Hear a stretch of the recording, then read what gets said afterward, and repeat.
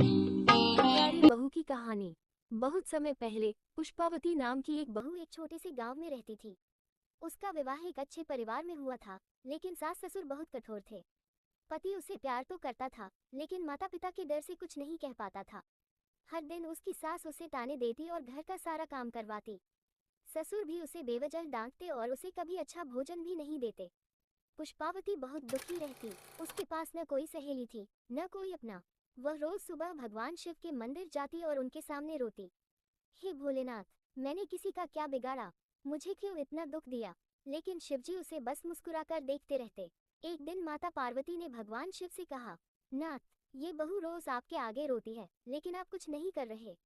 भगवान शिव मुस्कुराए और बोले, पार्वती, हर व्यक्ति को अपने कर्मों का फल मिलता है, लेकिन अगर इसकी भक्ति सच्ची है तो हम इसे अवश्य आशीर्वाद देंगे। माता पार्वती को बहुत दया आई। उन्होंने कहा, अगर आप इसे सीधे वरदान नहीं देना चाहते तो क्यों न हम स्वयं इस बहू की परीक्षा लें। भगवान शिव ने सहमति में सिर हिलाया और बोले, कल सुबह हम इस गांव में भिक्षुक बनकर जाएंगे और देखेंगे कि यह किस तरह की स्त्री है। अगली सुबह भगवान शिव और माता पार्वती गरीब भिखारियों के वेश में गांव पहुंचे। वे पुष्पावती के घर के दरवाजे पर गए और बोले, माँ, हम बहुत भूखे हैं, क्या हमें कुछ भोजन मिलेगा। पुष्पावती घर के भीतर गई और देखा कि सास ने उसे सुबह का बचा हुआ बासी भोजन दिया था। वह सोचने लगी, अगर मैं इन्हें ये भोजन दे दूं तो खुद क्या खाऊंगी, लेकिन ये भिखारी मुझसे भी ज्यादा भूखे होंगे। उसने बिना कुछ सोचे सारा भोजन भिखारी बने शिव पार्वती को दे दिया और खुद उपवास कर लिया। माता पार्वती ये देखकर बहुत प्रसन्न हुई। जब सास को पता चला कि पुष्पावती ने सारा भोजन भिखारियों को दे दिया है तो वह आग बबूला हो गई। तू तो घर में खाने लायक भी नहीं, अब जा और जंगल से लकड़ियां काट कर ला। सास ने उसे जंगल भेज दिया ताकि वह भूखी प्यासी रहे और दुख उठाए। भगवान शिव ने ये सब देखा और माता पार्वती से कहा, अब समय आ गया है कि इस दुखियारी बहू की मदद की जाए। पुष्पावती जंगल में लकड़ियां काटने गई। गर्मी बहुत थी और वह बहुत थक चुकी थी। उसके पास पानी तक नहीं था और प्यास से उसका गला सूख रहा था। तभी उसे एक पुराना कुआं दिखा। वह दौड़ कर गई, लेकिन देखा कि कुएं में पानी बहुत गहरा था और रस्सी भी नहीं थी। तभी एक वृद्ध साधु, जो वास्तव में भगवान शिव थे, वहां आए और बोले, बेटी, अगर तू इस कुएं में कूदेगी तो तेरा भाग्य बदल जाएगा। पुष्पावती पहले तो डरी, लेकिन फिर सोचा, मेरे पास खोने के लिए कुछ नहीं है, अगर मर भी जाऊं तो इस दुख से तो छुटकारा मिलेगा। और उसने आंखें बंद की और कुएं में छलांग लगा दी। जैसे ही उसने कुएं में छलांग लगाई, वह एक दिव्य स्थान पर पहुंच गई। वहां चारों ओर सोने चांदी से बना महल था और शिवजी स्वयं सिंहासन पर विराजमान थे। भगवान शिव ने कहा, पुष्पावती, तेरी भक्ति सच्ची है, इसलिए आज मैं तुझे आशीर्वाद, कभी दुखी नहीं रहेगी। माता पार्वती ने आगे बढ़कर कहा, आज से तेरा रूप इतना सुंदर होगा कि तुझे देखकर लोग अचंभित रह जाएंगे। और फिर एक दिव्य प्रकाश निकला और पुष्पावती का पूरा स्वरूप बदल गया। वह पहले जैसी साधारण बहू नहीं रही, अब वह सोने के गहनों से सजी एक तेजस्वी देवी जैसी लगने लगी। जब पुष्पावती घर लौटी तो गांव वाले उसे देखकर दंग रह गए। सास ने कहा, अरे, यह क्या चमत्कार हुआ, कहाँ गई थी तू। पुष्पावती ने कुएं वाली बात बता दी। अब सास और नंद लालच में आ गईं।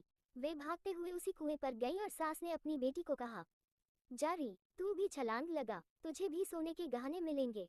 नंद ने झट से छलांग लगा दी, लेकिन जैसे ही उसने कुएं में प्रवेश किया, वह एक अंधेरी गुफा में जा गिरी और वहां से बाहर निकलने का कोई रास्ता नहीं मिला। अब सास समझ गई कि भगवान शिव ने केवल पुष्पावती को आशीर्वाद दिया था, क्योंकि उसकी भक्ति सच्ची थी। अब पुष्पावती का जीवन पूरी तरह बदल गया। सास ने अपने कर्मों के लिए माफी मांगी और अब वह भी भक्ति करने लगी। पति ने अब उसे बहुत मान सम्मान देना शुरू कर दिया।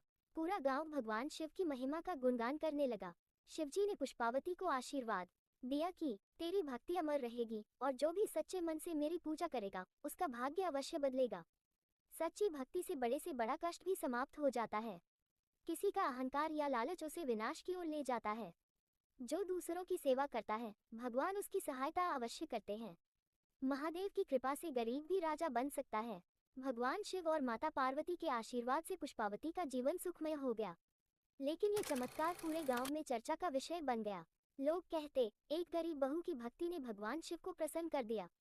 हर कोई कुएं की कहानी सुनकर हैरान था। कुछ लोग पुष्पावती से सीख लेकर शिव भक्ति में लीन हो गए।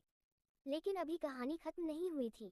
गांव में दीनानाथ नाम का एक अमीर सेठ रहता था। वह बहुत लालची और घमंडी था। गरीबों को तुच्छ समझता और किसी की मदद नहीं करता। जब उसने सुना कि भगवान शिव ने पुष्पावती को सोने और सुंदरता का वरदान दिया तो वह जल उठा।